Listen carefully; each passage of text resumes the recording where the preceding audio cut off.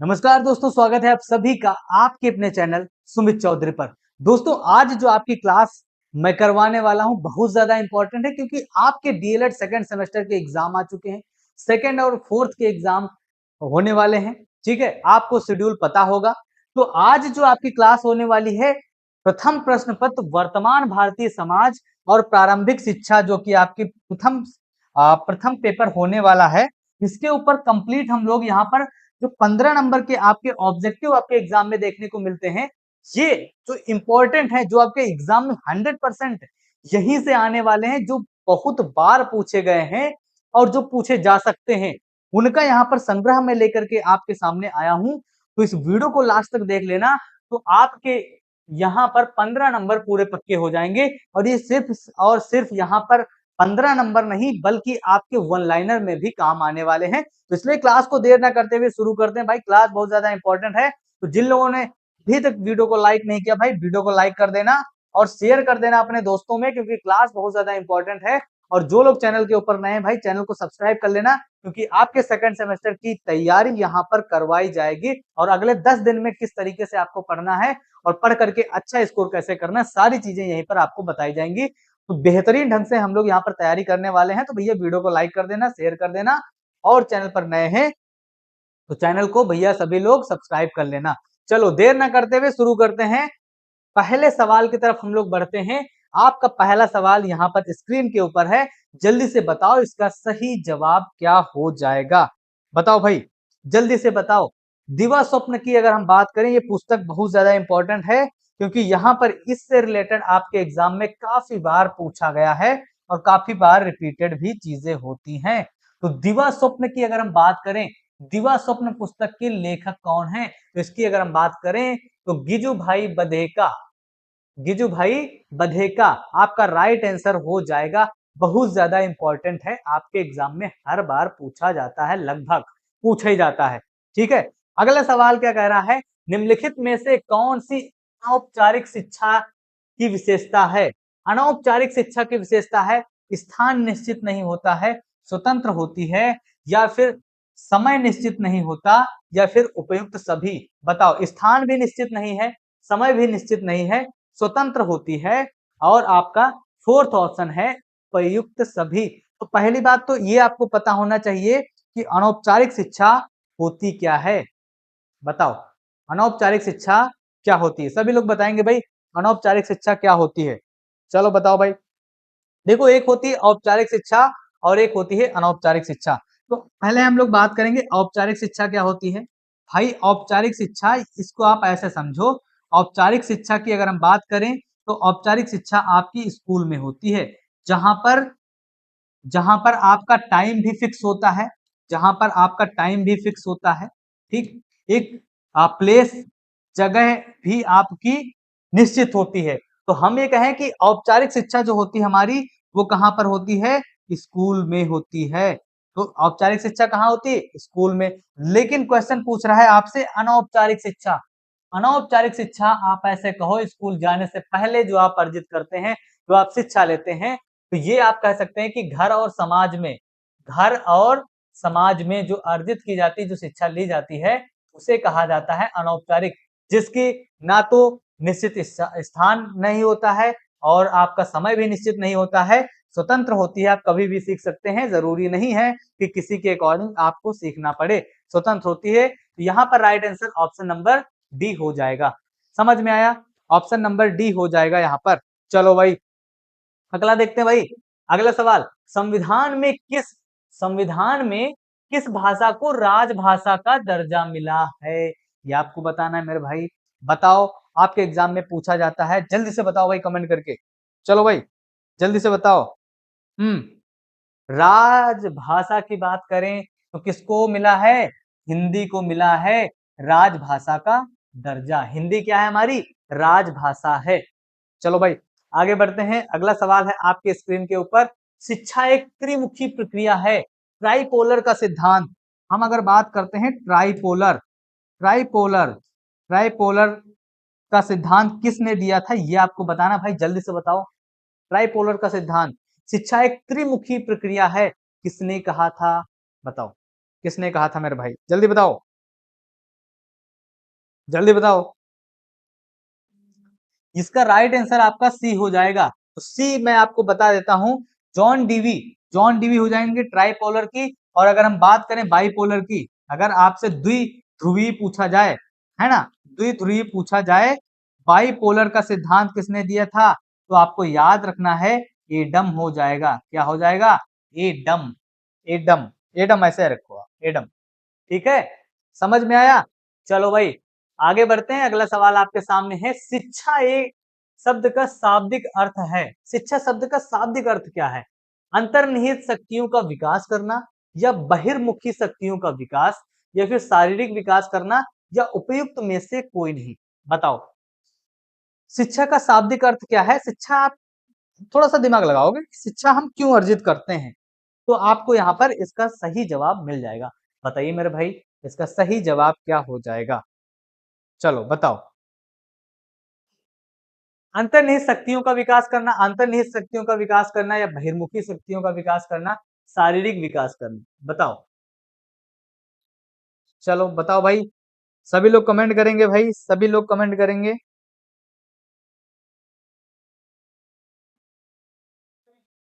चलो मैं बताता हूँ। देखो शिक्षा शब्द का अगर हम बात करें शाब्दिक अर्थ की, तो इसमें जो है जन्मजात मतलब सर्वांगीण विकास करना है। जन्मजात जो है, जन्मजात जो शक्तियां हमें मिली हैं, ठीक है, इसका सर्वांगीण विकास करना हो जाता है। ठीक है, जन्मजात शक्तियों का सर्वांगीण विकास करना। तो आप यहाँ पर लिख लो भाई, लिख लो यहाँ पर, जन्मजात शक्तियों का, जन्मजात शक्तियों का, जन्मजात शक्तियों का सर्वांगीण विकास करना। ठीक है भैया, क्लास बहुत ज्यादा इंपॉर्टेंट है। सर्वांगीण विकास करना, ठीक है मेरे भाई, सर्वांगीण विकास करना। तो यहाँ पर तो ऐसा कोई ऑप्शन है नहीं आपके सामने।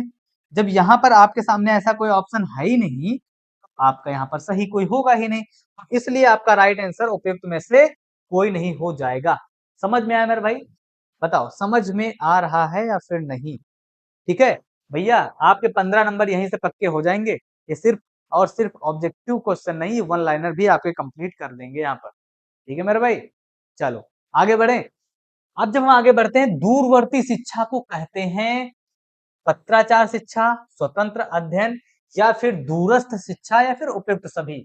बताओ दूरवर्ती शिक्षा को क्या कहते हैं? सभी लोग जवाब देंगे मेरे भाई, सभी लोग जवाब देंगे। दूरवर्ती का मतलब होता है जो दूर से शिक्षा अर्जित की जाए, जैसे आप लोग शिक्षा अर्जित कर रहे हैं अभी हमसे, ठीक है, तो क्या है, स्वतंत्र अध्ययन है भैया। आप जब चाहें तो पढ़ सकते हैं, जब चाहें तो बंद करके क्लास अपना काम कर सकते हैं भाई।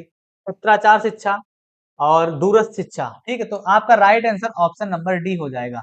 ठीक है, सारे इसमें सही हो जाएंगे, सारे ही सही हो जाएंगे। अगला सवाल आपके सामने आता है, शिक्षण के 3 केंद्र बिंदु हैं, अध्यापक, बालक और पाठ्यक्रम, विषय अध्यापक श्यामपट्ट, पुस्तकें बालक और अध्यापक, और आपका बालक बालिकाएं और अध्यापक। बताओ शिक्षण के 3 कौन से मेन बिंदु हैं, केंद्र बिंदु हैं? जल्दी से बताओ भाई, सभी लोग जवाब देंगे।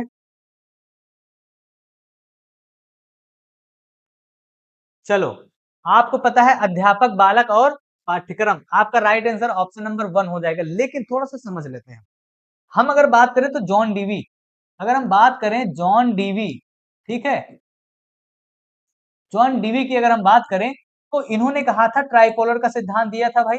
यहां पर हो जाएगा स्टूडेंट, है ना, लेकिन यहाँ पर आप टीचर रखो, ठीक है, यहाँ पर टीचर, ठीक है, टीचर, यहाँ पर आपका स्टूडेंट हो जाएगा, है ना, स्टूडेंट हो जाएगा, और यहाँ पर आपका सिलेबस हो जाएगा। सिलेबस मतलब पाठ्यक्रम, ठीक, बच्चों को पढ़ाना क्या है। और ये सब जो है, ऐसे समझो आप, ये सब ऐसे समझो, ये ट्राइपोलर का सिद्धांत के अंतर्गत आती हैं चीजें, क्योंकि इन्होंने कहा था कि बच्चा होगा, ठीक है, बच्चा होगा और टीचर होगा और पाठ्यक्रम होगा। टीचर क्या करेगा? बच्चों को पढ़ाएगा, टीचर एक संसाधन के रूप में कार्य करेगा। और स्टूडेंट कौन होगा? स्टूडेंट हम जो पढ़ेगा भाई, अधिगम जो करेगा स्टूडेंट होगा, और सिलेबस होगा कि उनको पढ़ाना क्या है। ठीक, तो ये ट्राइपोलर का सिद्धांत के अंतर्गत आएंगी, जॉन डीवी ने दिया था भाई। यहां से आपका एक चीज ये भी समझ में आई होगी तो यहाँ से भी आपके एग्जाम में क्वेश्चन बन सकता है, तो आप इसको समझ लीजिए, बस इतना काफी है। यहाँ से 2 क्वेश्चन आपके तैयार हो गए। पहला तो 3 बिंदु आपको पता चल गया, जॉन डीवी इस तरीके से उन्होंने बताया था, ठीक। और हाँ, बाइपोलर का सिद्धांत बताएं, द्विध्रुवीय की बात करें तो उसमें सिर्फ और सिर्फ कौन था, सिलेबस था ही नहीं, स्टूडेंट और टीचर था, ठीक है। चलो भाई, और वो किसने दिया था, एडम ने दिया था। अगला सवाल हम देख लेते हैं क्या कह रहा है। शिक्षण को रोचक और प्रभावशाली, शिक्षण को रोचक मतलब इंटरेस्ट पूर्वक बनाने के लिए और प्रभावशाली बनाने के लिए आपको क्या करना चाहिए, बताओ। विज्ञान या फिर चित्रकला, शिक्षण में प्रयुक्त युक्तियां या फिर लेखन की कला, आप क्या करेंगे इनमें से, या फिर इनमें से कौन सी ऐसी युक्ति है जो शिक्षण को रोचक और प्रभावशाली बना देती है। चलो बताओ भाई, आप लोग कमेंट करो भाई, जल्दी से बताओ सही जवाब क्या होगा इसका। हम्म,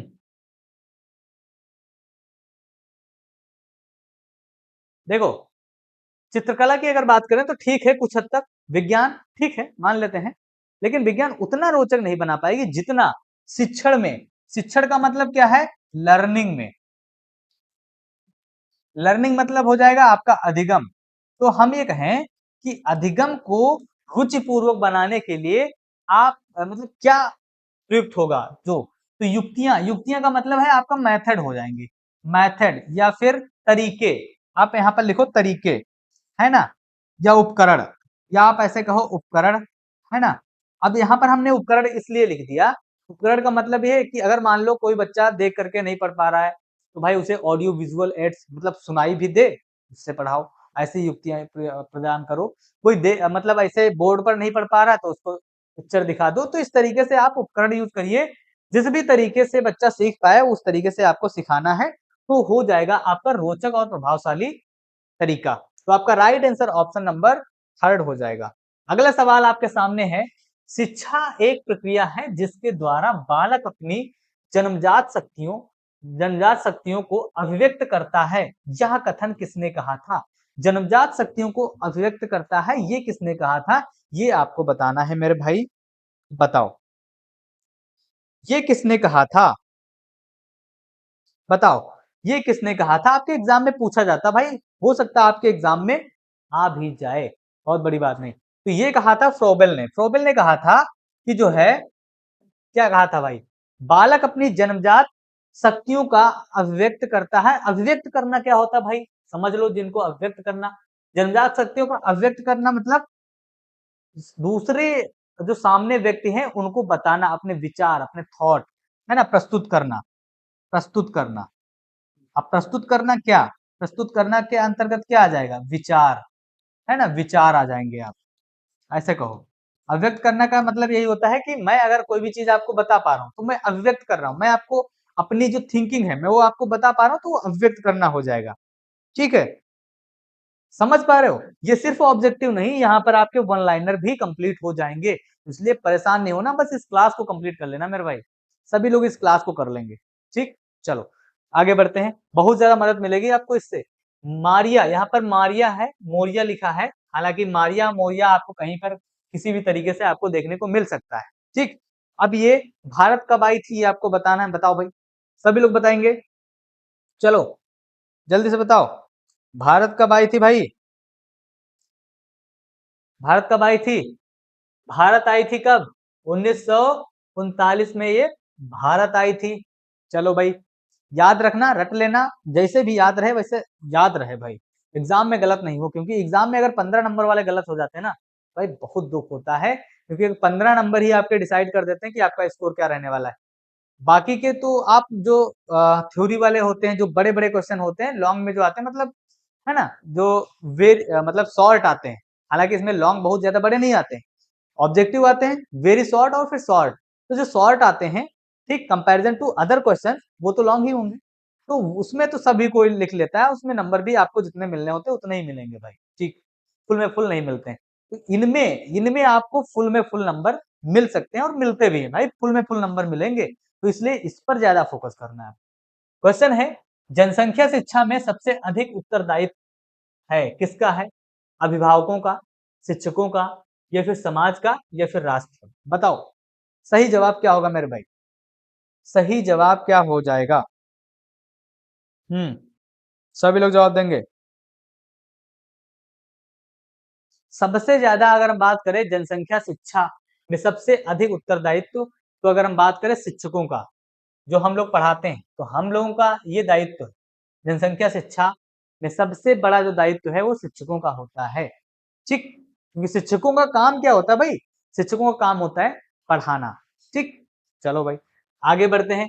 शिक्षा के अधिकार, शिक्षा के अधिकार के क्रियान्वयन की प्रमुख चुनौती है। तो आपको बताना कि प्रमुख चुनौती क्या है भाई? प्रमुख चुनौती क्या है ये आपको बताना है भाई। ठीक, क्या चुनौती है भाई आपको बताना है, जल्दी से बताओ। बताओ क्या है? प्रशिक्षित शिक्षकों का अभाव, दोषपूर्ण पाठ्यक्रम, शासकीय उदासीनता, या फिर आपका उपयुक्त सभी। देखो, शिक्षा के अधिकार में क्रियान्वयन की प्रमुख चुनौती, चुनौती का मतलब है जो कठिनाई आ रही है सामने। प्रशिक्षित शिक्षकों का अभाव मतलब पढ़े लिखे लोगों का कम मिलना, शिक्षक कम मिलना। अभी अगर मैथ और साइंस की बात करें यूपी के अंदर, तो गवर्नमेंट कह रही है भैया हमारा अनुपात समानुपात से बराबर है ना। जबकि अगर सही तरीके से देखा जाए तो विज्ञान, सही तरीके से अगर देखा जाए तो विज्ञान और गणित, विज्ञान और गणित के आपको प्रशिक्षित मतलब बढ़िया बढ़िया टीचर आपको नहीं मिलेंगे विद्यालय में। क्यों नहीं मिल रहे हैं? क्योंकि भैया गवर्नमेंट ही नहीं कर रही है भाई, गवर्नमेंट लाना नहीं चाह रही। तो यहाँ पर प्रशिक्षित शिक्षकों का अभाव देखने को मिल रहा है, ये भाई कठिनाई है। शिक्षा कैसे बढ़ेगी? शिक्षा में सुधार कैसे होगा? जब आप अच्छे वेल एजुकेटेड टीचर रखेंगे। दोषपूर्ण पाठ्यक्रम, पाठ्यक्रम ही नहीं अच्छा होगा तो बच्चे को क्या पढ़ने में मजा आएगा? पहली बात तो ये पाठ्यक्रम, ये फिर शिक्षा में कठिनाई का रूप ले लेगा, है ना। शिक्षा में कठिनाई होगी बच्चों को, तो ये सब सारी चीजें अगर होंगी तो शिक्षा में कठिनाई होगी। तो दैट मीन्स आपका राइट आंसर क्या हो जाएगा? राइट आंसर आपका हो जाएगा ऑप्शन नंबर क्या हो जाएगा मेरे भाई? ऑप्शन नंबर आपका डी हो जाएगा। ठीक है, ऑप्शन नंबर आपका डी हो जाएगा भाई। चलो आगे बढ़े, आगे बढ़े। अब आगे बढ़ते हैं तो अगला सवाल आता है आपके सामने। पाठ योजना का निर्माण आवश्यक है। क्यों आवश्यक है भाई पाठ योजना का? पाठ योजना का मतलब कोई भी चैप्टर आपको पढ़ाना, आप एज अ टीचर क्या करेंगे? पाठ पाठ पढ़ाने से पहले जो योजना बनाई जाती है कि हम ये इस चैप्टर में क्या पढ़ाना है, कैसे पढ़ाना है, कौन सा मेथड यूज करना है, पाठ योजना। छात्रों को पढ़ने की प्रेरणा हेतु, ये छात्रों को भटकने से बचाने हेतु, ये शिक्षकों को छात्र के विषय में सूचित करने हेतु, ये शिक्षण को योजनाबद्ध करने हेतु। बताओ किस लिए ये तैयार किया जाता है? पाठ योजना क्यों बनाई जाती है ये आपको बताना है भाई। मैंने आपको क्या बताया कि पाठ योजना बनाने का मतलब कि आप कोई भी चैप्टर पढ़ाने जा रहे हैं, आप टीचर हैं या फिर आपको जो टीचर आते हैं पढ़ाने, पाठ योजना इसलिए बनाते हैं कि हमें कौन से मेथड बच्चों को पढ़ाने, कौन से तरीके अपनाने हैं, किस तरीके से हमें बच्चों को पढ़ाना है, और कौन कौन से टॉपिक सब टॉपिक हमें डिस्कस करने हैं बच्चों के साथ में। तो योजना बनानी, योजनाबद्ध करने के लिए हम क्या करते हैं? शिक्षण को योजनाबद्ध करने हेतु पाठ योजना का निर्माण आवश्यक होता है। योजनाबद्ध मतलब एक सिस्टमेटिक ढंग से बच्चों को। ठीक, आगे बढ़े। अगला सवाल आता है आपके सामने। परिवार के द्वारा बालकों को प्राप्त होती है, अब बताओ, जीवन व्यवहार की शिक्षा, पारस्परिक सहयोग की शिक्षा, या जीविकोपार्जन की शिक्षा, या उपयुक्त सभी। परिवार के द्वारा बच्चे को क्या मिलता है ये आपको बताना। चलो बताओ भाई, सभी लोग बताएंगे। आपको परिवार से कौन सी चीजें मिली है भाई इनमें से? बताओ बताओ। जीवन व्यवहार की शिक्षा, हमें किस तरीके से दूसरे व्यक्तियों के प्रति व्यवहार करना है ना। इसकी भी तो हमें माता पिता ज्ञान देते हैं ना। और माता पिता का जो रोल होता है ना आपकी जिंदगी में, वो भाई उनका जो स्थान है वो कोई नहीं ले सकता भाई, है ना। माता पिता तो भाई भगवान का रूप है, भगवान का रूप। तो भैया माता पिता को कभी भी दुख मत देना। ठीक, जीवन व्यवहार की शिक्षा देते हैं, पारस्परिक सहयोग की शिक्षा देते हैं। पारस्परिक सहयोग, सहयोग का मतलब क्या है? अभी जैसे मतलब कहते हैं मिलजुल करके रहो, हमारे घर वाले कहते हैं ना कि किसी के से लड़ाई नहीं करो, अच्छे से रहो समाज में, आपको किसी अब मतलब मिलजुल करके आपको रहना है भाई, इसकी भी शिक्षा हमें देते हैं।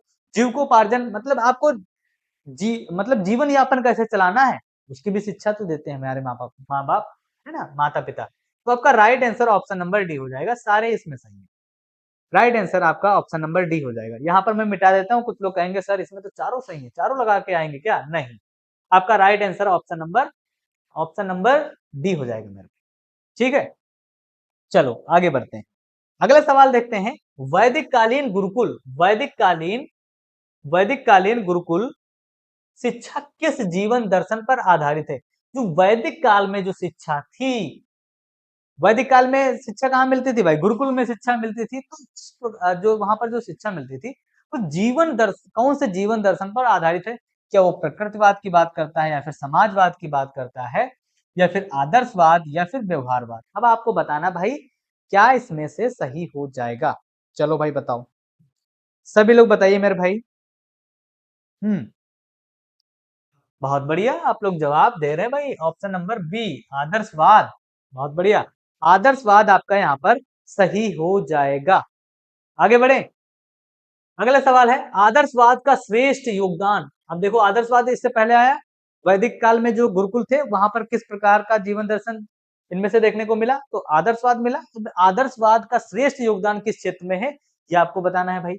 शिक्षण विधि में, पाठ्यक्रम में, उद्देश्य में, या फिर बालक में? बताओ मेरे भाई, सभी लोग जवाब देंगे भाई, मुझे पता है सभी लोग इसका जवाब दे देंगे आसानी से। तुक्का नहीं मारना भाई, तुक्का मारोगे तो भैया एग्जाम में आपके नंबर खतरे में आ जाएंगे। सटीक नंबर मिलते हैं, पूरे पूरे पूरे नंबर दिलाएंगे हम आपको, ठीक? चलो बताओ, बताइए, बताइए मेरे भाई।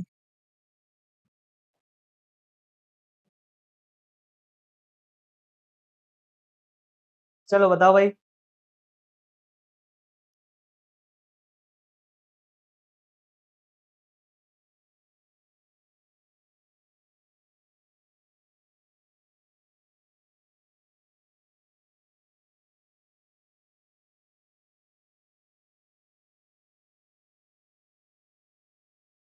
बताओ भाई, सभी लोग जवाब देंगे इसका? कोई सिंगल ऐसा नहीं रहना चाहिए जो इसका जवाब नहीं देगा, ऐसा कोई नहीं रहना चाहिए भाई, ऐसा कोई नहीं रहना चाहिए।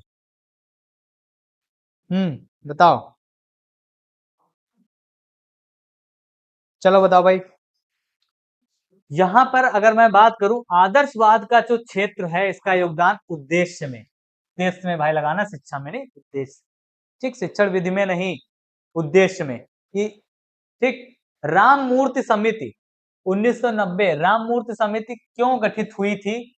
विश्वविद्यालय की शिक्षा में सुधार के लिए, या फिर बालकों के पाठ्यक्रम का बोझ कम करने के लिए, या राष्ट्रीय शिक्षा नीति 1986 की समीक्षा हेतु, या फिर माध्यमिक शिक्षा का व्यावसायीकरण करने के लिए? बताओ, राम मूर्ति समिति का गठन क्यों किया गया था? राम मूर्ति समिति क्यों गठित हुई थी? सभी लोग जवाब देंगे, सभी लोग जवाब देंगे भाई, बताओ।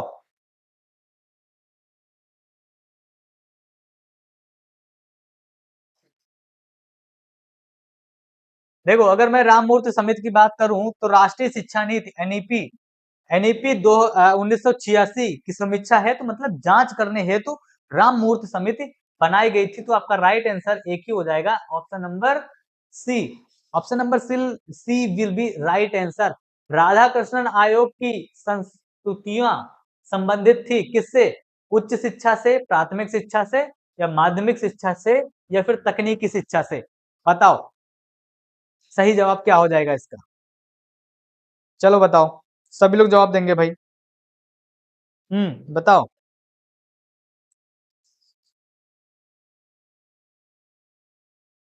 ऑप्शन नंबर ए हो जाएगा इसका, उच्च शिक्षा से। ठीक है, उच्च शिक्षा से इसका राइट आंसर हो जाएगा। ठीक, उच्च शिक्षा के लिए इसकी मांग की गई थी भाई। वुड का, वुड का आज्ञा पत्र, ये बहुत बार पूछा जाता है, इंपॉर्टेंट है। वुड का जो आज्ञा पत्र जो प्रकाशित हुआ था, कब हुआ था? 19 जुलाई 1854 को, या 2 फरवरी 1835 को, 24 नवंबर या 1839, या 7 मार्च 1835 को हुआ था? कब हुआ था भाई, सभी लोग बताएंगे, कब हुआ था? बताओ,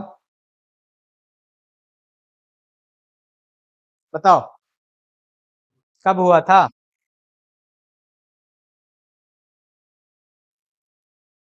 चलो, हम अगर बात करें वुड की, तो आपका right answer option number first वाला हो जाएगा, फर्स्ट वाला हो जाएगा। कहीं कहीं पर आपको देखने को मिलेगा 18 जुलाई, इसकी मैं अगर बात करूं तो कहीं कहीं पर आपको 18 मिलेगा देखने को। ठीक है, 18 या 19, तो आपको देखकर चलना है कि ये जो सन है 1854 वाला ही लगाना है।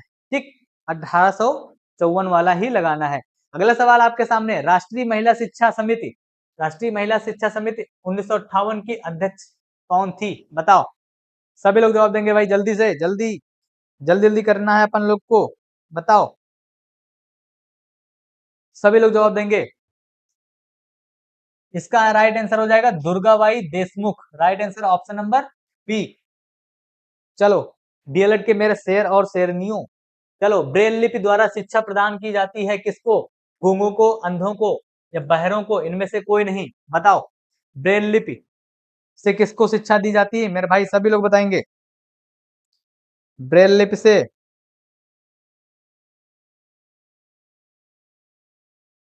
देखो, ब्रेल लिपि की अगर हम बात करें तो जिन बच्चों को दिखाई नहीं देता है, जिन बच्चों को दिखाई नहीं देता है, तो कहने का मतलब क्या हो जाएगा, अंधों को। अंधों का मतलब ये जिनको दिखाई नहीं देता है उनको ब्रेल लिपि, ब्रेल लिपि में क्या अक्षर उभरे हुए होते हैं ना, उनको दिखाई नहीं देता है, स्पर्श करके पढ़ लेते हैं।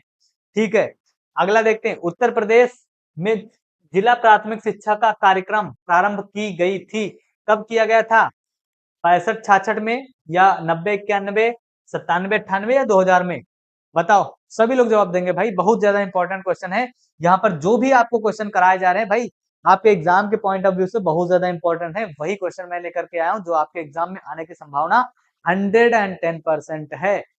तो भैया एक एक क्वेश्चन को अच्छे तरीके से कर लेना, ठीक है, कर लेना भैया। चलो बताओ, चलो सभी लोग जवाब दो। हम्म, इसकी अगर हम बात करें तो आपका right answer option number B हो जाएगा। राइट आंसर क्या हो जाएगा, राइट आंसर हो जाएगा ऑप्शन नंबर बी। चलो अगला सवाल आपकी स्क्रीन के ऊपर, अगले सवाल की अगर बात करें तो शिक्षा में अपव्यय तथा अवरोधन पर अपना सुझाव दिया था किसने, हाटोग, हांगटोंग, कोठारी आयोग, वुड की घोषणा पत्र या फिर राधा कृष्णन आयोग, चलो बताओ भाई। सभी लोग जवाब देंगे भाई, बताओ, बताओ भाई। इसका राइट आंसर आपका हो जाएगा हाटोंग समिति ने, ठीक। एक एक नंबर यहाँ पर इंपॉर्टेंट है आपके एग्जाम के लिए। राष्ट्रीय शैक्षिक अनुसंधान एवं प्रशिक्षण परिषद का मुख्यालय स्थित है भुवनेश्वर, नई दिल्ली में, मद्रास में या फिर कलकत्ता में, बताओ। सही जवाब क्या हो जाएगा मेरे भाई, सही जवाब क्या हो जाएगा, बताओ। और इसका मुझे इंग्लिश में क्या बोलते हैं, क्या नाम है इसका, ये भी बता दो मुझे। ठीक है, राष्ट्रीय शैक्षिक अनुसंधान, क्योंकि आपको पता है आपके डीएलएड में आपको हिंदी में ही लिखना होता है, तो अगर हम इसकी बात करें तो आपने इसका नाम तो सुना ही होगा, एनसीईआरटी, है ना। अब इसका कमेंट बॉक्स में मुझे फुल फॉर्म लिख करके भेज दो मेरे भाई, इंग्लिश में, हिंदी में तो लिखा है, कमेंट जो है कॉपी कर लोगे, इंग्लिश में लिखो मेरे भाई, इंग्लिश में, अंग्रेजी में लिखो मेरे भाई, अंग्रेजी में लिखो, तब मैं जानूं कि हाँ आप लोग पता है, ठीक, अंग्रेजी में लिखना है। तो इसका हो जाएगा नई दिल्ली, एनसीईआरटी का मुख्यालय कहाँ स्थित है, नई दिल्ली में। चलो अगला सवाल आपके सामने, बेसिक शिक्षा अधिनियम पारित हुआ था, बेसिक शिक्षा अधिनियम कब पारित हुआ था, ये आपको बताना, 72 में, 85 में या फिर 45 या फिर 80 में। चलो मेरे भाई जल्दी से बताओ, आपका क्वेश्चन है आपके स्क्रीन के ऊपर, चलो जल्दी से बताओ, बेसिक शिक्षा अधिनियम कब पारित हुआ था। चलो बेसिक शिक्षा अधिनियम, जिसके आप लोग टीचर बनने वाले हैं भाई डीएलएड के बाद, चलो 72 में, तो कम से कम आप लोग टीचर बनने वाले हैं भैया, तो ये तो कर लो। और एक खुशखबरी मैं आपको बता देता हूँ, यहाँ पर आपको मैं पेडागोजी पढ़ाता हूँ सीटेट के लिए, सीटेट भी आपका पढ़ाया जाता है भैया, सीटेट भी आपको करना है तो भैया चैनल को सब्सक्राइब कर लो, सब कुछ जबरदस्त तरीके से करवाएंगे, सीटेट की हमारी क्लासेस भी चलती हैं भाई डेली, ठीक है। चलो आगे बढ़ते हैं, शिक्षकों हेतु राष्ट्रीय पुरस्कार का प्रारंभ किया गया था कब, 58 में, एक में, मतलब 2001 या फिर 1980 या फिर 1985 में, चलो मेरे भाई बताओ। सभी लोग जवाब देंगे जल्दी से, चलो कब किया गया था, कब किया गया था शिक्षकों हेतु, शिक्षकों हेतु जो है राष्ट्रीय पुरस्कार का प्रारंभ कब किया गया था, बताइए मेरे भाई। तो आप कहेंगे सर 1958 में किया गया था, तो हम कहेंगे बहुत बढ़िया, बहुत बढ़िया। चलो सवाल क्या कह रहा है, बच्चों के लिए निःशुल्क एवं अनिवार्य शिक्षा का प्रावधान संविधान की जिस धारा में किया जाए वह बताना है आपको। धारा 25, धारा 45 और धारा 23, धारा 35। तो आपको मैं बता दूं, अगर मैं बात करूं डीपीएसपी के थ्रू, ठीक है, डीपीएसपी की मैं बात करता हूं, तो इसमें अनुच्छेद 45, ये क्या है, अनुच्छेद, कहीं कहीं पर आपको अनुच्छेद देखने को मिलेगा और या फिर कहीं पर आपको धारा देखने को मिलेगा। तो अनुच्छेद 45। और अगर मैं मूल अधिकार की में बात करूं, मूल अधिकार में अगर मैं बात करूं, तो मूल अधिकार में आपको देखने को मिलेगा, आपको देखने को मिलेगा 21 का ए, 21 का आ, ये क्या है, अनुच्छेद है भाई, अनुच्छेद है। तो इसमें आपको निःशुल्क शिक्षा देखने को मिलेगी। तो 21 का ए तो है नहीं इसमें, धारा 45 ए है, तो आपका right answer option number C हो जाएगा। राइट आंसर क्या हो जाएगा, ऑप्शन नंबर सी हो जाएगा भाई। चलो आगे बढ़ते हैं, अगला सवाल आपके सामने। वैदिक कालीन शिक्षा संबंधित है किससे, रामायण से, कुरान से, या वेदों से, या फिर बाइबल से, बताओ बताओ। इसको आप एलिमिनेट भी कर सकते हो भाई, इसको आप एलिमिनेट भी कर सकते हो। आप कहोगे सर एलिमिनेट क्या होता है, तो मैं आपको बता देता हूँ। कुरान तो आपका हो नहीं सकता, जो नहीं हो सकता पहले उसको हटा दो। बाइबल भी नहीं हो सकता। अब रामायण की बात इसमें हम करेंगे नहीं, तो आपका हम क्या हो जाएगा right answer, option number B हो जाएगा, है ना। Right answer option number B हो जाएगा। अगला सवाल आपके सामने, किंडरगार्टन प्रणाली के जन्मदाता जो है किसे कहा जाता है, मॉन्टेसरी, हर्बर्ट, या फिर फ्रोबेल, या फिर रूसो, बताओ क्या होगा सही जवाब इसका। चलो देखते हैं भाई कितने लोग यहाँ पर सही जवाब देंगे इसका, बताओ। बहुत बढ़िया भाई, आप लोग कह रहे हैं कि फ्रोबेल, ठीक है। राइट आंसर क्या हो जाएगा, ऑप्शन नंबर ए हो जाएगा, फ्रोबेल। बहुत बढ़िया, आगे बढ़ते हैं। अगला सवाल आपके सामने है, पांडिचेरी में किस महान शिक्षा शास्त्री ने आश्रम की स्थापना की, पांडिचेरी में, पांडिचेरी में किस महान शिक्षा शास्त्री ने आश्रम की स्थापना की थी, महात्मा गांधी ने, आचार्य विनोबा भावे ने, या फिर विवेकानंद ने, या फिर अरविंद घोष ने, बताओ भाई। सभी लोग जवाब देंगे, मैं साइड हो जाता हूँ भाई, आप लोग क्वेश्चन पढ़ो पूरा से अच्छे से। चलो बताओ। तो आप कहेंगे सर इसमें ऑप्शन नंबर डी हो जाएगा, अरविंद घोष, तो हम कहेंगे बहुत बढ़िया भाई, right answer option number D हो जाएगा। चलो आगे बढ़े भाई। और जब हम आगे बढ़ते हैं तो अगला सवाल आपके स्क्रीन के ऊपर आना चाहिए, शिक्षा वह जो जीवन को संपूर्ण सत्ता के साथ में स्थापित करने की शक्ति होती है, यह विचार किसका है, महात्मा गांधी का है, या फिर एरिस का है, स्वामी विवेकानंद, या फिर रविंद्रनाथ टैगोर। चलो बताओ मेरे भाई, क्वेश्चन आपकी स्क्रीन के ऊपर है, जल्दी से पढ़ो और इसका देना है आपको जवाब। चलो भाई जल्दी से दो जवाब सभी लोग इसका।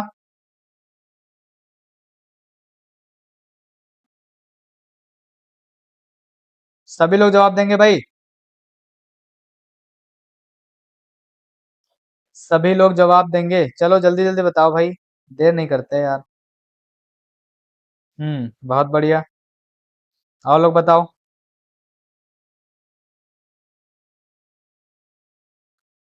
और बाकी लोग क्यों नहीं जवाब दे रहे भाई।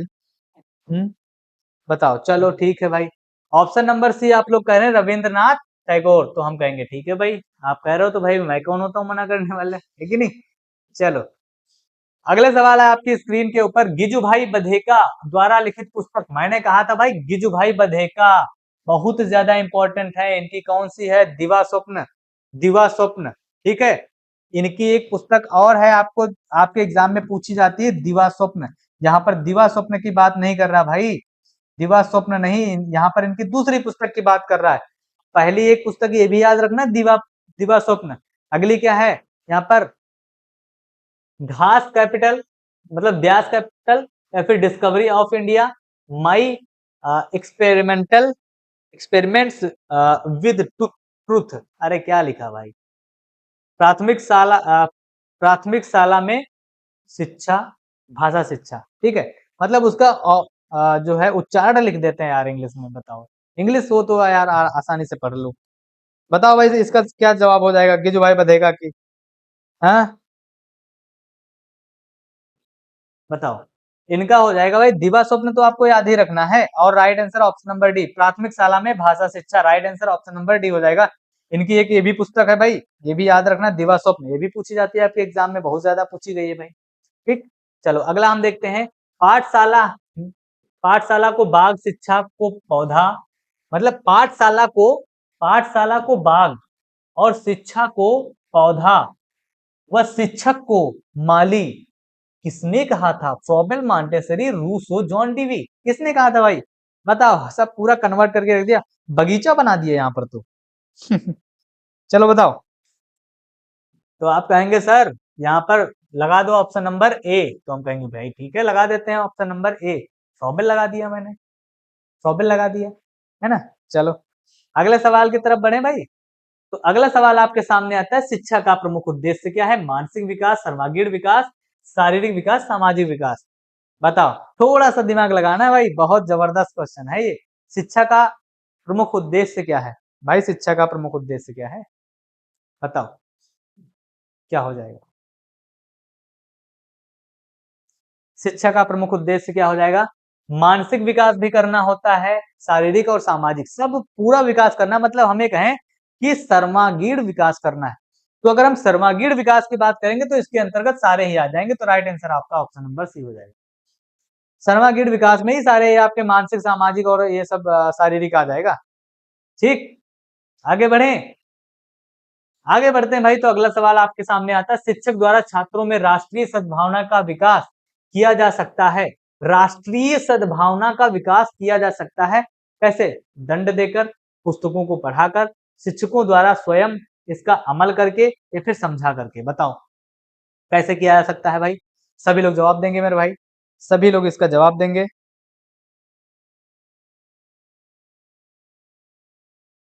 बताओ। देखो अगर हम बात करें शिक्षकों द्वारा छात्रों में राष्ट्रीय सद्भावना की अगर बात करें, तो शिक्षकों द्वारा स्वयं इसका अमल करके इसका क्या किया जा सकता है? विकास किया जा सकता है मेरे भाई। राइट आंसर आपका ऑप्शन नंबर सी। अगला सवाल आपके स्क्रीन के ऊपर, मनुष्य की अंतर्निहित पूर्णता को अभिव्यक्त करना ही शिक्षा है, यह विचार किसका है? रविंद्रनाथ टैगोर है, या फिर अरस्तु है, या फिर स्वामी विवेकानंद है, या फिर महात्मा गांधी? यहाँ पर महात्मा गांधी होगा, ये चीज यहाँ पर नहीं होगी मेरे भाई, यहाँ पर कुछ चीज यहाँ पर गलत है, उसको मैं हटा देता हूँ। चलो बताओ भाई, सभी जवाब क्या हो जाएगा मेरे भाई? सभी लोग इसका जवाब देंगे भाई, सभी लोग इसका जवाब देंगे, कोई एक सिंगल नहीं बचना चाहिए जो इसका जवाब नहीं देगा। चलो ठीक, महात्मा गांधी। बताओ सही जवाब क्या होगा मेरे भाई? सही जवाब इसका क्या हो जाएगा? आप कहोगे कि सर यहाँ पर ये वाला ऑप्शन लगा दो, तो हम कहेंगे कौन सा बताओ भाई? तो आप कहोगे स्वामी विवेकानंद लगा दो, तो हम कहेंगे ठीक है भाई लगा देते हैं। ठीक, चलो स्वामी विवेकानंद हम लगा देते हैं। क्या ये सही आंसर है? बताओ क्या ये सही आंसर है? हाँ बहुत बढ़िया, कमेंट तो भाई कर रहे हो आप लोग। चलो ठीक, right answer option number B. अगला सवाल आपके स्क्रीन पर है, अनिवार्य प्राथमिक शिक्षा का प्रावधान संविधान के किस अनुच्छेद में किया गया है? अब देखो यहाँ पर अनुच्छेद में किया गया है भाई अनिवार्य शिक्षा, 41, 45 और 43 और 49। मैंने क्या कहा था? मैंने आपको बताया था डीपीएसपी, डीपीएसपी में जो है अगर हम बात करें तो आपको 45, अनुच्छेद 45 में आपको देखने को मिलेगा अनिवार्य शिक्षा। एक मूल अधिकार में अगर हम बात करें, अगर हम बात करते हैं मूल अधिकार, ठीक है, मूल अधिकार में अगर हम बात करते हैं तो आपको 21 का ए इसमें देखने को मिलेगा, ए भी इसमें, ये क्या है? अनुच्छेद। समझ में आया? तो आपका right answer option number C 45। ठीक, समझ में आया? चलो आगे बढ़ते हैं भाई। अगला सवाल आपके स्क्रीन के ऊपर है, महात्मा गांधी के दर्शन के अनुसार छात्रों की क्रियाशीलता के लिए पाठ्यक्रम में आवश्यकता है किसकी? भूगोल विषय की, इतिहास विषय की, हस्तकला की, या फिर विज्ञान विषय की? महात्मा गांधी के अकॉर्डिंग आपको बताना है। चलो बताओ, चलो बताओ भाई, महात्मा गांधी के अकॉर्डिंग बताओ।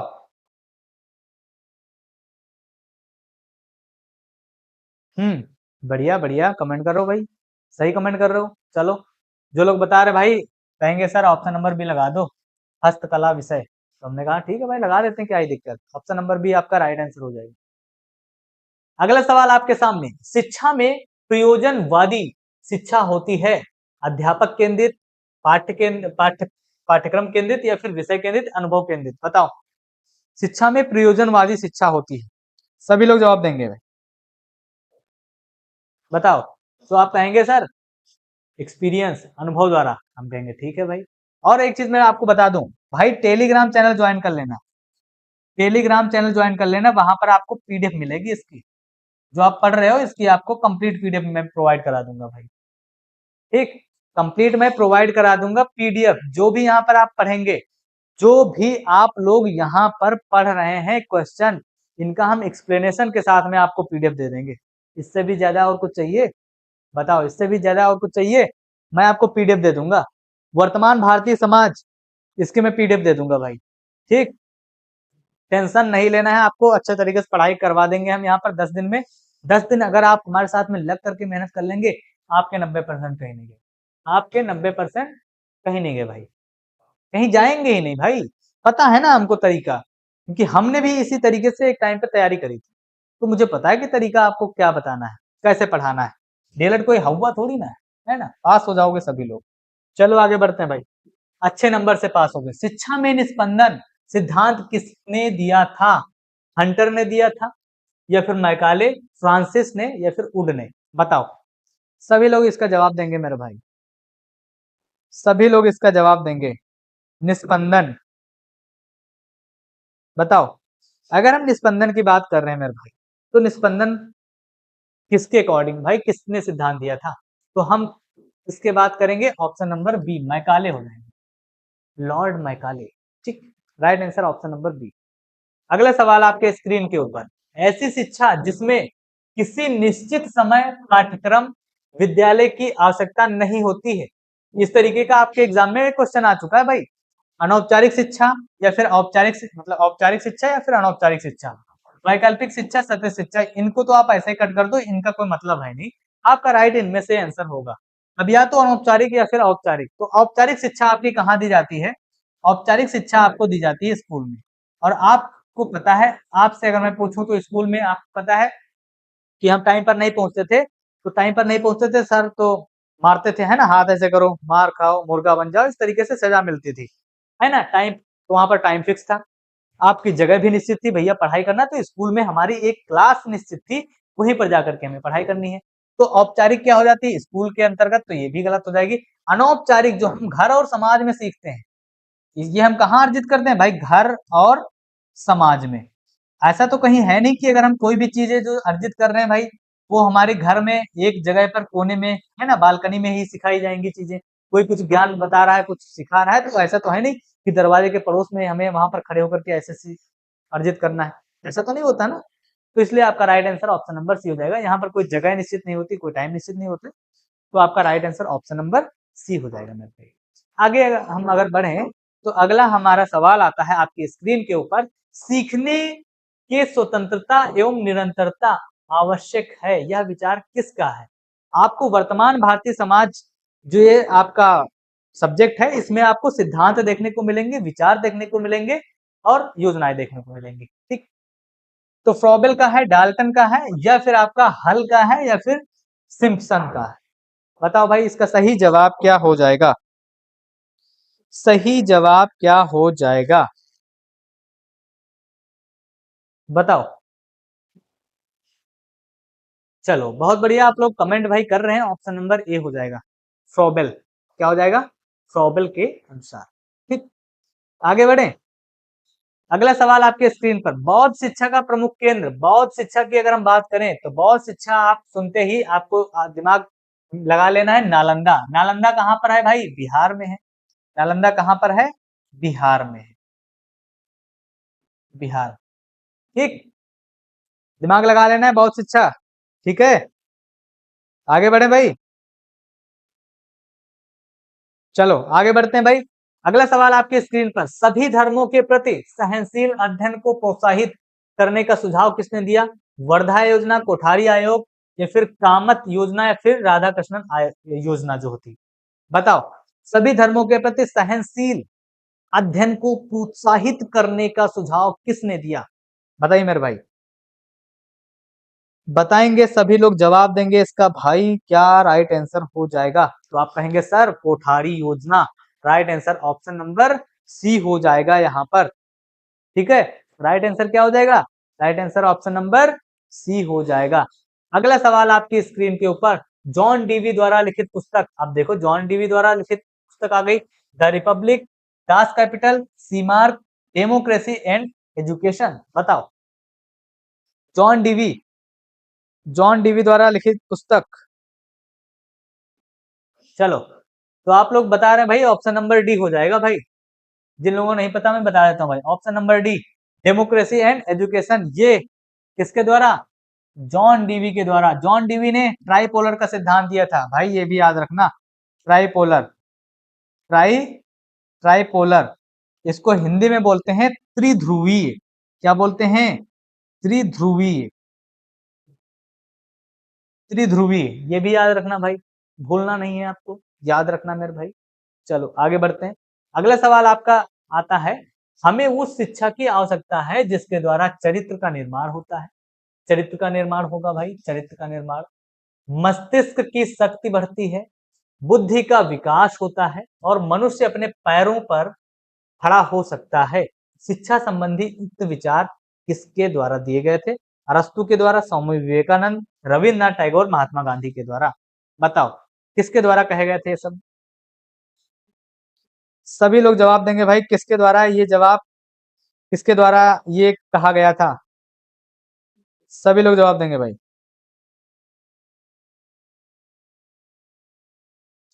बताओ भाई, कमेंट करो, कमेंट इतने स्लो क्यों हो गए यार? हम्म, कमेंट इतनी स्लो क्यों हो गई भाई? बहुत बढ़िया। आप लोग कह रहे हैं सर ऑप्शन नंबर सी लगा दो, तो हमने कहा भाई बिल्कुल लगा देंगे यार, ऐसी बात करो, आप कहो हम माने ना। ऑप्शन नंबर सी हो जाएगा भाई, ऑप्शन नंबर सी हो जाएगा। अगला सवाल आपके सामने, जनसंख्या शिक्षा का मूल सहयोगी संगठन, यूनेस्को, यूएनडीओ, डब्ल्यूएचओ या फिर यूनिसेफ? बताओ, आप बताओ। बढ़िया जबरदस्त सवाल है, पूछा जा सकता है आपके एग्जाम में, पूछा जा सकता है आपके एग्जाम में। चलो बताओ, बताओ भाई इसका सही जवाब क्या हो जाएगा? तो आप कहोगे सर यूनेस्को हो जाएगा, तो हम कह रहे हैं हाँ ठीक है भाई, आप लोग कह रहे हो यूनेस्को तो भाई सही होगा। तो आपका सही क्या हो जाएगा? बिल्कुल सही जवाब दे रहे हैं ऑप्शन नंबर ए, जो लोग सही जवाब दे रहे हैं ऑप्शन नंबर ए। ठीक, जो लोग ऑप्शन नंबर ए जवाब दे रहे हैं भाई उनका है यहाँ पर सही। अगले सवाल, दिवा स्वप्न के, देखो दोबारा से यहाँ पर रिपीट हो गया, रिपीट हो गया, क्यों रिपीट हुआ? क्योंकि आपके एग्जाम में काफी बार पूछा गया, तो ये आपको यहाँ से अंदाजा लग जाना चाहिए।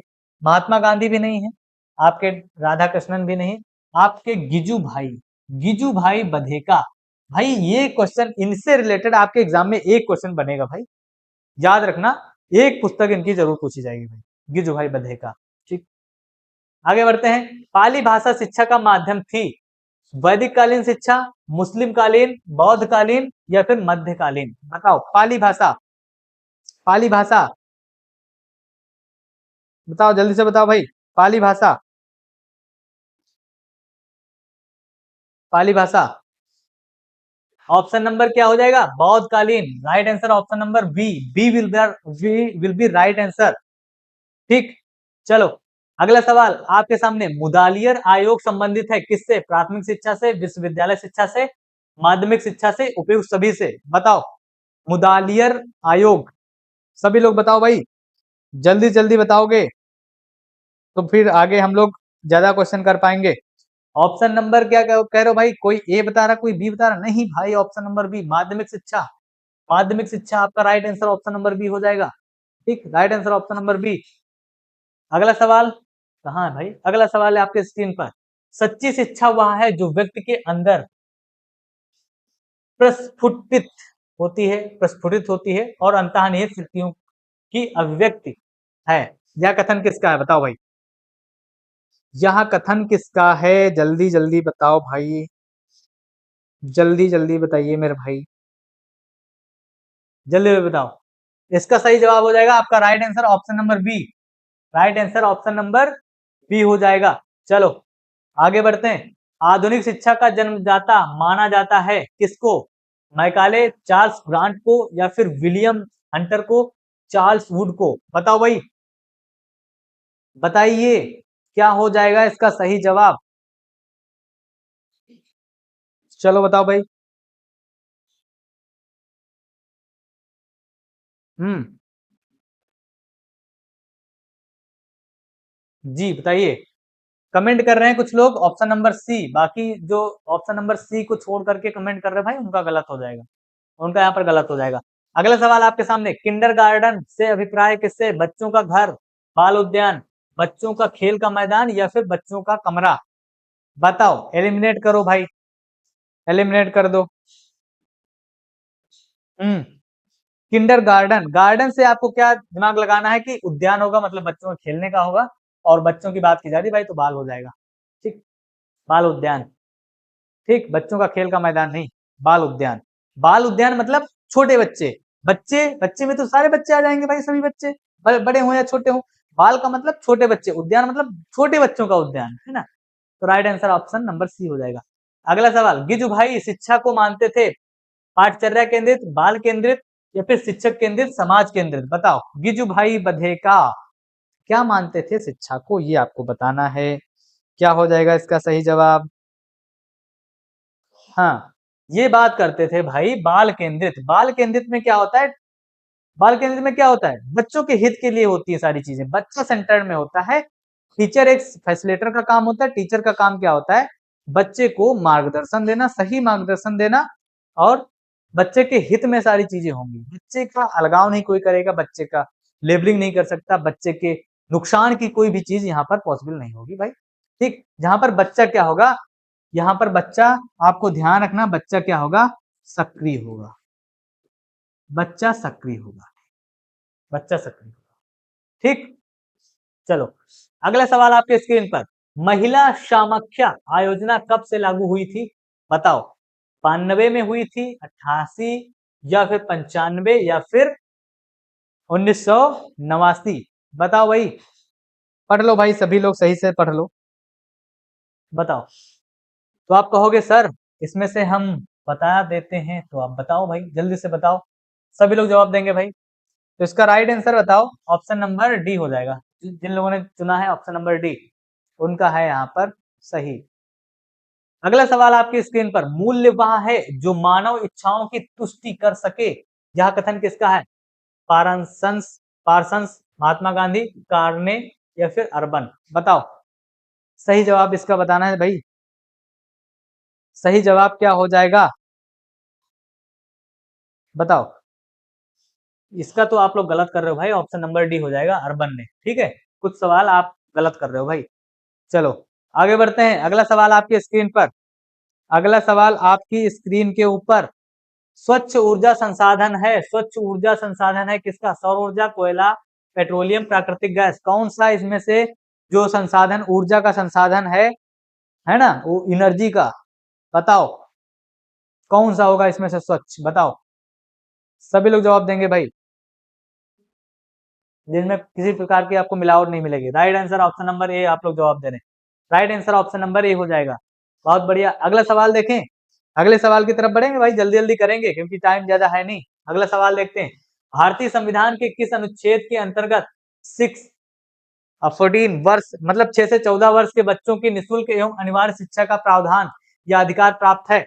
21 का, या अनुच्छेद 7, या फिर अनुच्छेद 22, 23? तो आपको मैंने बताया था 21 का हो जाएगा आपका राइट आंसर, 21 तक का right answer option number first वाला हो जाएगा।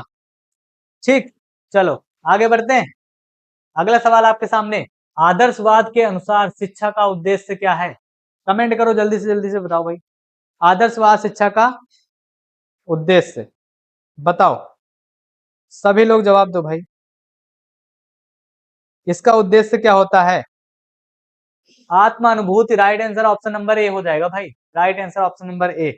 अगला सवाल, प्रकृतिवाद किस प्रकार के अनुशासन की बात करता है? प्रकृतिवाद प्रत्ययात्मक, सामाजिक, या प्रभावात्मक, या फिर दमनात्मक? जल्दी से बताओ भाई, सभी लोग जवाब देंगे, बहुत सही जवाब आप लोग दे रहे हैं, कुछ लोग जवाब दे रहे हैं भाई, कुछ लोग जवाब यहाँ पर नहीं दे रहे। ऑप्शन नंबर बी आपका सही हो जाएगा। ठीक।